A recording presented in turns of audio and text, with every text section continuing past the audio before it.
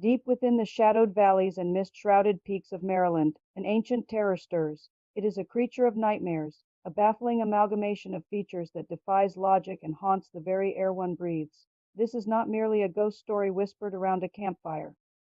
It is a legend so bizarre and terrifying that it has captivated imaginations for centuries.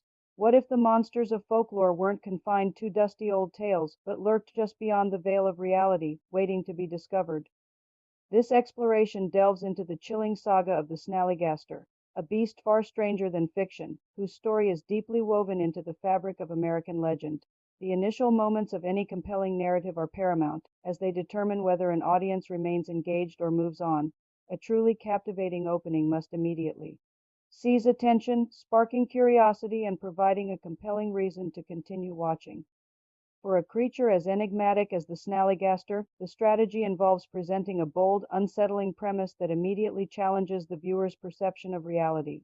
The goal is to create a profound sense of intrigue, stopping the casual scroll and compelling a full viewing. This approach leverages the inherent mystery of cryptids, transforming a simple introduction into a powerful lure that taps into primal human fascination with the unknown.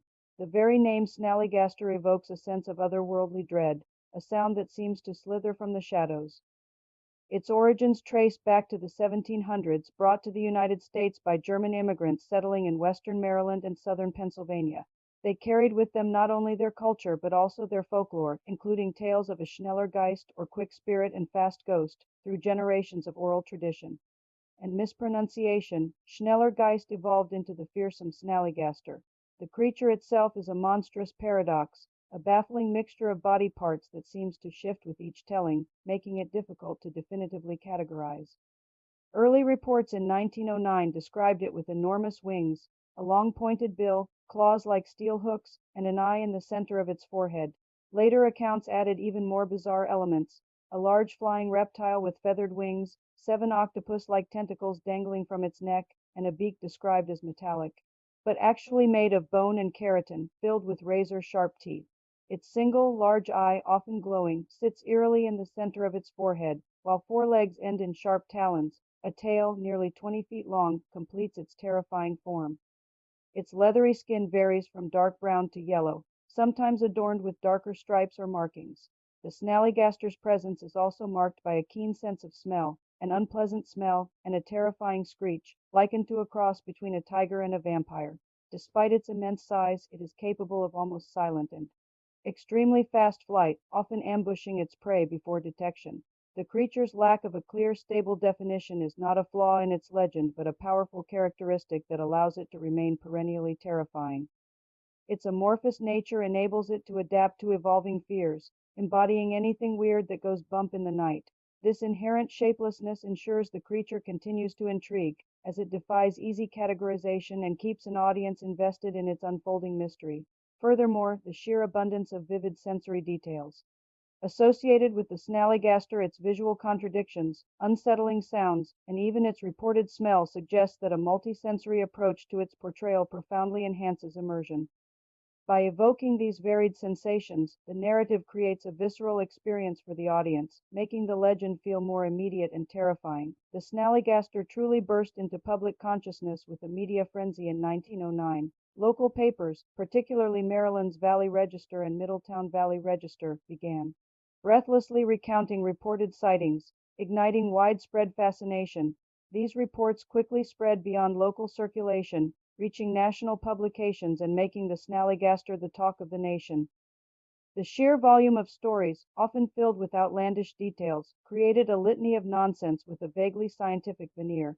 This period exemplifies how media, even in the early 20th century, understood the power of a captivating, bizarre story to sell papers, blurring the lines between news and entertainment. The amplification of these tales by journalists played a significant role in shaping and popularizing the myth, demonstrating how folklore can be actively manufactured or exaggerated for public consumption.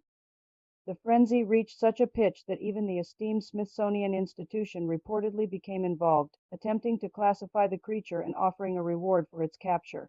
Perhaps the most astonishing anecdote from this era involves President Theodore Roosevelt himself, a man known for his love of adventure and big game hunting. Roosevelt was reportedly willing to postpone a planned African safari to chase down the Maryland monster. While no presidential monster hunt ever materialized, this detail highlights the extraordinary cultural penetration the myth achieved. Such a celebrity endorsement would have further cemented the Snallygaster's place in the public imagination, transforming it from a mere local oddity into a national sensation. This phenomenon underscores the enduring human fascination with the unknown and the potent influence of a compelling narrative, regardless of its factual basis. The Snallygaster's legend took a particularly peculiar turn during the Prohibition era. In 1932, new reports emerged, suggesting the cryptid was drawn to illicit moonshine stills hidden deep in the mountains. This dramatic incident, however, came with a convenient twist. Before anyone could examine the creature's remains, revenue agents, the law enforcement officers tasked with enforcing prohibition, reportedly arrived and destroyed both the moonshine still and the Snallygaster's body. This narrative serves a fascinating dual purpose. It not only explains away the persistent lack of physical evidence for the creature's existence, but also cleverly integrates the legend into the very real social and political concerns of the time, such as the widespread illegal production of alcohol. The tale functions as a subtle form of social commentary on the heavy-handed tactics often employed by law enforcement during Prohibition, while also potentially serving as a convenient, supernatural explanation for a moonshiner's destroyed operation. The validity of such a tale, especially one recounted by a moonshiner who may have been conducting a bit too much quality control over his product, highlights the inherent unreliability of eyewitness accounts in oral traditions. This aspect invites the audience to critically assess the truth of the legend, recognizing how exaggeration, embellishment, or even fabrication can become woven into folklore, particularly when there's a vested interest at play. While the Snallygaster's tales are often recounted with a sense of thrilling mystery, the folklore carries a darker, more uncomfortable truth. Historians and journalists have documented that the Snallygaster was not always a benign, if terrifying, curiosity in the early 20th century, during a time of intense segregation and political turmoil in western Maryland. The Snallygaster legend was deliberately used as a tale targeted specifically to induce fear and panic in the Black communities. This reveals a profound shift in the monster's narrative, transforming it from a simple cryptid into a tool of social control and oppression. The causal link is clear. Societal fear and racial tension were actively leveraged and amplified through the monster narrative to maintain existing power structures and enforce racial hierarchies. This uncomfortable historical baggage underscores how seemingly innocuous folklore can reflect and perpetuate the prejudices of its time. Further complicating the creature's origins is the potential interplay between popular myth and political rhetoric. The term Snallygaster was commonly used in the American South starting in the 1860s to describe a bad politician or shyster. Some historical analysis suggests that newspaper editors in the late 1800s and early 1900s might have adopted this existing political term, or a similar silly, weird word, to describe the monster rather than solely deriving it from Snallygaster. This raises a fascinating question. Did the political term influence the monster's name, or did both emerge from a shared linguistic and cultural environment? This complex interplay suggests that the monster's name itself might be rooted in a broader context of social and political commentary, adding yet another layer to its darker truth beyond just racial fear-mongering.